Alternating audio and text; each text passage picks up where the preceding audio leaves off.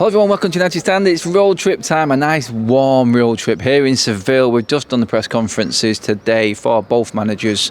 Christian Eriksen was also talking alongside Ten Hag. We'll get into that in a second and break down what we're going to be looking at tomorrow. It has been a decent road trip so far, I will say that. Not had too many problems. There has been a few problems. Certain airlines, I mean, we're not really going to mention airlines. Let's just call them Ryanair, just for the sake of it. And a few teething issues there. I mean, yeah, you've all been there before, I'm sure. But yeah, not in football. We just come out of Ten Hag's press conference now.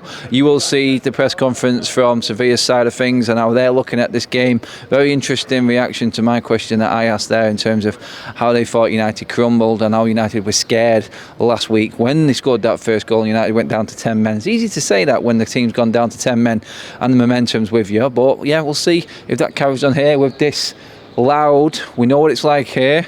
Very vocal crowd. Home support is going to be key for Seville. On paper, they aren't the better team. We know this. We are a better team. We did dominate that game for a good 70 minutes and we were just unlucky in the end of it.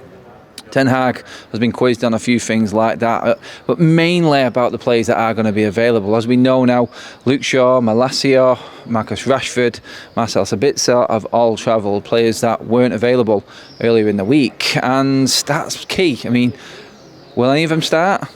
Is he going to stick with what worked well and what worked really well defensively against Nottingham Forest? Well, we haven't got many options in defence, to be fair. Obviously, we haven't got Martinez from the previous game, like we just said, when he did his ankle. Varane, probably best we may see him in May or even at all this season. We don't know. And we are going to be stuck with, well, I'm not saying stuck with, because that's probably the wrong thing to say. We are going to be with Maguire and Lindelof. Or, like he said then, Luke Shaw, does he come into it? Is he an option for centre-back in this game? I mean, to be fair, I think the way that Lindelof and Maguire both played against Nottingham Forest, I think we got more than enough to handle what was a poor forward line. Sorry, we're getting a few flies flying over here right now. Which was, all in all, a poor forward line. I mean, their header wasn't even on target. It came off Harry Maguire. The other goal was an own goal as well, as we know. They really weren't challenging David De Gea at all, and we were in control. So I think we've got more than enough. It's one of them games, again, another atmosphere one. It was the same sort of scenario, and Ten Hag touched on this with Nottingham Forest when he said, don't let the atmosphere get ahead of you. We've got to do that, and we've got to do that with some against Sevilla, because this is their competition. It's all we've been saying all day. When we went to the training ground earlier on, it was just built and just everything is just thrown. It's just rammed down your throat. Europa League, Europa League. That's what Sevilla are. It's plastered everywhere. As soon as you walk up to this stadium, the Europa League is all over it. It is their bag and what they are. They've won it more than any other club in European football. It's a phenomenal record. And we just had a little glance at the trophy cabinet walking through there. It is the highlight for this team and this club and their history. And Manchester United have to deal with that. Their manager was quizzed today on the history of the Europa League and this football club and what it means, and does he understand coming into the club what this means, this competition, to these fans that are going to be here tomorrow night. Like I said, they're going to be loud and very vocal, and on top of Manchester United, it's a tight stadium. It's a bit narrower than what the Betis pitch was. There's less gap between the fans and the pitch and the players, so they're going to feel it. They're going to feel the anger and the pressure that this crowd is going to bring, because we know with Spanish clubs, we had it with Betis, even though they were 4-1 down, the atmosphere was massive. It's going to be even more and even louder here tomorrow night, because they know they will be underdogs in this, no matter what their record is on paper. And this season, their home form hasn't been fantastic this season, but there's a record in this Europa League. I think they've won 22 of the last 24 games at home in this competition. That should tell you on its own how difficult a game this is for Manchester United. And then you look at United's side of things. United's record this season away from home in the Europa League is exceptional. Absolutely brilliant. I think we've had one draw, which was against Barcelona, which is no bad result. Scoring goals there against them, no one has managed to do this season in the new camp. And the rest we've won. Brilliant wins away from home in Spain against teams in this league table in La Liga that are better, a lot better on form than Sevilla. And that all gets thrown out the window because it's the Europa League. This is how big this night is. And I don't think Ten Hag is taking this game lightly. He's talked about players that are fit. Will they just come here and be on the bench? Will they in from start? Well, Ten Hag answered that question by saying, well, they're on the plane, they're in contention to start this game. How many times Marcus Rashford has trained properly, we don't know, but he is available and he could start this game. That's important for Manchester United because that's a go-to for Ten Hag. And pre-season, we were Sancho, Martial and Rashford. That was his forward line. 100% it will be Antony, who is in form and who was absolutely outstanding against Nottingham Forest in the week. But can you imagine a forward line of Rashford, Martial and Antony and what damage that can do? The big miss, and that's what I asked Christian Eriksen. I did ask him about his partnership with Casemiro and Bruno Fernandes. He's talked about this. 16 games they've played, unbeaten in them, 14 wins and 2 draws. I posed it to him, is this the best midfield that you've played in your career? And he pretty much answered it with a big fat yes, saying this is definitely the best midfield, or one of the best midfield, but really he was hinting towards the best he's played in.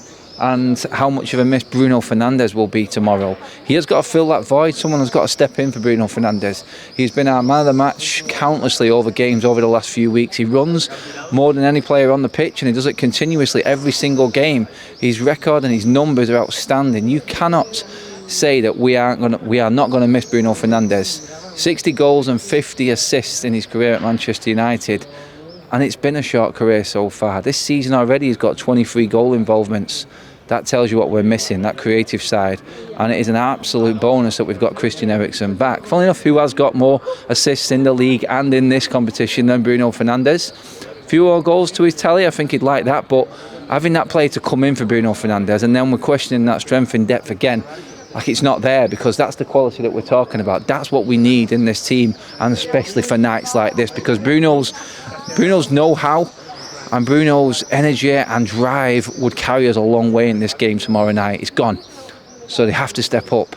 Marcel Sabitzer is another one. Would he come straight back in? Unfortunate to drop out because he was starting against Nottingham Forest at weekend, just went off in the warm-up with a groin injury, but that's cleared now. He's on the plane. Ten Hag said he's in contention to start as well. So Sabitzer could be in with Casemiro and Eriksen.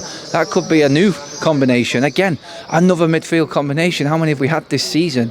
It's not really fair, but this is football. The injuries and suspensions have come at the wrong times for us this season, but we're finding a way to get through it, and that's what's important with Ten Hag and this Manchester United team and the mentality that they have to bring here tomorrow night. Doesn't matter who's missing, you carry on with the same ethos, the same game plan. It has to go as it was before. You cannot just think that because one player is missing, that's it. We changed tack, we changed differently, oh, we're unlucky again. He's not allowing them to think negatively. He's not allowing them to think, my God, this is already, what, game in the 50-odd, I can't even remember what it is now, but well into the 50s now.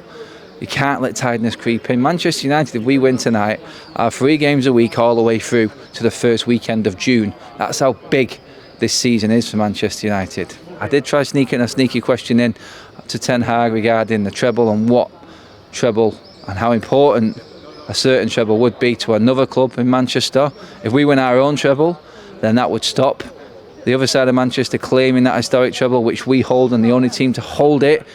Is there any added incentive in that for you? He said no, we just concentrate on our own game. I knew that answer was coming, but you just got to put it out there. And sometimes words from us fans, and they will listen to it and they will know what's going on about and what's being talked about in the fan base, and they will know that it is a big moment this season. If we manage to stop Manchester City from winning that treble and equaling our own record, that will be massive, as well as the success that we have in winning our own trophies this season. That's where we're at with everything in this, and this is how important these games are week in, week out now. The team, I think I just told you what I would pick. The front three speak for itself if fit. Rashford, Antony and Anthony Martial. I would go with Eriksen, Sabitzer and Casemiro in midfield. I would stick with the same back four. I would play Dalot at left back again because I thought he was outstanding against Nottingham Forest at weekend, and Wan-Bissaka also on that side. That inverted winger, will that work in a stadium, an atmosphere and a night with so much pressure on as this? Was it any different? And no disrespect to Nottingham Forest at weekend, but this is a different kettle of fish, and I think we'll find and feel it as soon as we step foot in this stadium tomorrow night and this team steps foot on that pitch. They will know they're in for a game. They're used to it now. The bonus of playing so many Spanish teams in one season is they know what's coming here. They know the atmosphere that's coming. They've played the best in this league, barring Real Madrid and Atletico. That's it, Atleta. That's it. They're the only teams who've not played. But we know what's coming here tomorrow night, and that is key, I think, in all of this. They're used to this now, this team, and I think that's what will see us through. I'm going with a 2-1 win. I want you guys to drop your comments in below and let me know what you think. Let me know what team you would select, who is starting in that midfield in place of Bruno. Is it like me, Sabitzer, Ericsson, Casemiro? I think that's more than enough experience to handle this occasion, and that front three is scary. It really is. Where are your worries? Is it in the defence? Or are you confident after that performance at weekend? Ten Hag said in his press conference there, we have more clean sheets than everyone in this league. And we got that record at weekend, number 14 clean sheet of the season, without even conceding a shot on goal. That's got to be the perfect tonic and confidence boost going into this game. Guys, drop your comments in below, give the video a like as well. Thanks for watching the earlier content as well from this trip out, the Damesh interview, and everyone loving that one. Absolutely brilliant stuff. We'll be back tomorrow night with the match content and obviously my match vlog afterwards, where hopefully I'm stood in a similar position talking about Manchester United booking either a trip to Lisbon or a trip to Turin in the semi-final of the Europa League. Cheers for watching, everybody. I'll see you tomorrow night.